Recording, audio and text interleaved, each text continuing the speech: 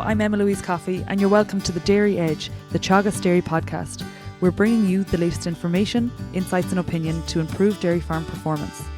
It's the start of a new year with a heavy spring workload ahead. Labour researcher Marion Beecher has insights and tips on how to best cope with the busy months ahead. And I started by asking Marion about the survey completed after the spring of 2018. So the weather challenges last spring combined with the workload associated with compact calving resulted in increased stress and workload for farmers and their employees. And in some cases this increased stress and workload was compounded by inadequate facilities and limited experiences of large-scale farming. So to understand the scale and depth of the issues faced by farmers last spring, we conducted a survey of 350 farmers that were members of dairy discussion groups. And what are the main findings of this research? Yeah, so we found that on average those farmers had an average 160 cows, which would be larger than the African national average, which is about 75 cows. But broadly speaking, the results can still be transferred across. Yeah, I suppose they're reflective of each farm, not just, say, the larger scale farms. Exactly, yeah.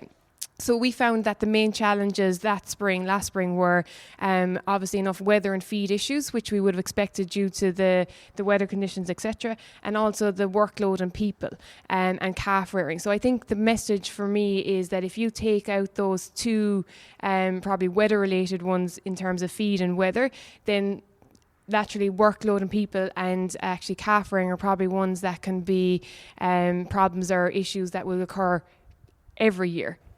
And I suppose, yeah, as you say, we can nearly park the weather thing. We can't control it. And feed, well, maybe it's going to be an issue this spring. Hopefully the weather will come right and we'll be able to get cows out early. But if we turn our attention to workload and just the people, what sort of numbers had you working on average on these farms?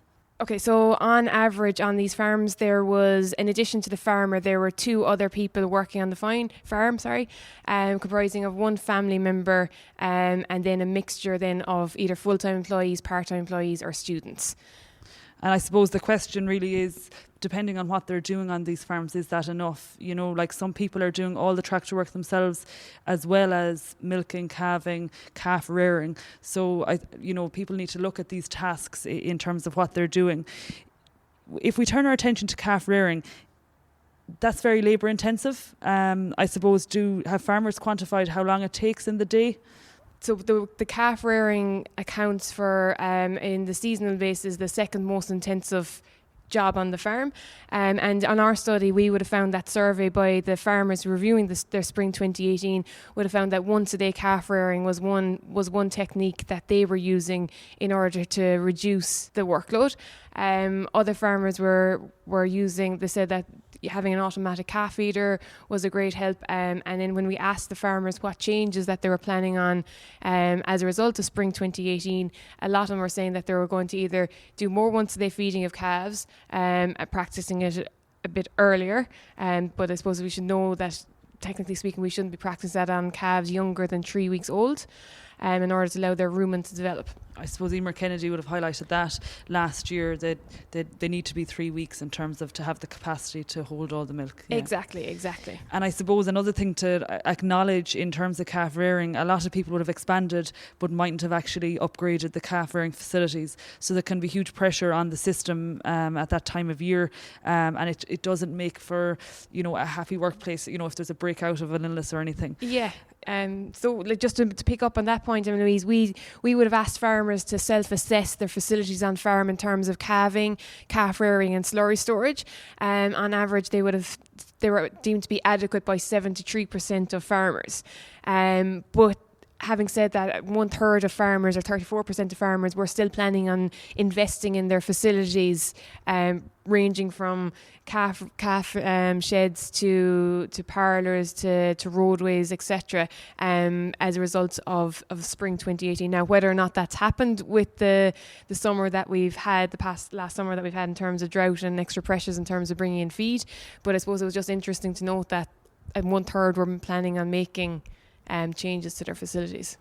And I suppose if we just follow on then from the survey, I suppose what you've learned from that and your experience working in the in the labour sector in Teagasc, what are the main practices that farmers should implement during the springtime to reduce workload? So you've mentioned once a day calf feeding from 3 weeks of age, but what are the other practices that you'd highlight? So the other ones are would be definitely once a day milking for a month in February, if at all possible. The other ones might seem simple, and a lot of farmers are doing them, but I suppose it's no harm in re-emphasising the idea of getting slurry contracted out and fertiliser, even if it's the first round in January or whenever, just to get that blanket spread and just out of the way. Like a few other farmers would be, in a study that we found, would be using nighttime feeding to promote daytime calving. So that was done by about 34%. Again, a third of farmers were using that practice to reduce workload as well. And I suppose, look, the other thing, which is not necessarily practice, but it's something that can be done in the dry period, would be to actually make a plan and make a checklist and prepare for the spring. So for me, the survey that we did was all about reviewing spring 2018. I think most farmers should look at their own spring 2018 and see how that went for them and what changes they would make as a result. I know certain things like infrastructure mightn't be possible at this late stage, but there might be other small things in terms of practices or changes that they can implement in order to make spring 19 easier and more manageable. Just to pick up on that, in terms of the once a day milking, a lot of dairy farmers are very adverse to once a day milking in, say, the month of February, but there are huge benefits in terms of the cows are typically in better body condition score when it comes around to breeding time. And I suppose as well as that, when you look at overall milk production across the entire lactation, it only accounts for maybe 3%. So it's not making a major impact in terms of the farm income. If we look then to night feeding, you mentioned a third of farmers on your survey were feeding at night time. What are the impacts and implications for that?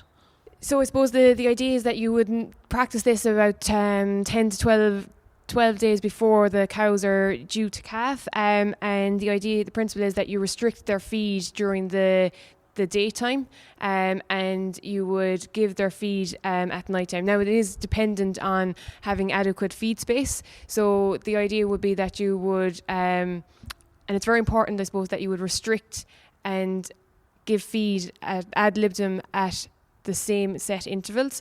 So you could go with, say, feeding from 8 p.m. until 6 a.m. And then restrict the cows from 6 a.m. until 8 p.m. But I suppose the important thing is that you restrict and give the feed at the same intervals. And I think it's about 13% of a reduction in nighttime calvings that you would get with that restricted feed. Yeah, and I think the figure was that, say, if you had 25 cows calving at night time, it would be, you're talking 10 to 15%. So it's taking, a nice strain off nighttime calvings on farms. You mentioned then putting a plan in place and a checklist, prior to the start of calving. And I suppose there's lots of things, like, jobs that farmers can do, in the month of January that will take the pressure off in February. Like, what are such jobs in your mind? Yeah, so I would break it down into the different areas. So like you'd have the areas in terms of the milking parlour. So little things like getting that service, getting the liners changed, stocking up on teat dip, sprays, markers, and having them all in the pit in the area where you need them. Then I suppose in terms of the calf shed, so ordering your tags in time, washing, disinfecting, bedding pins so they're ready to go.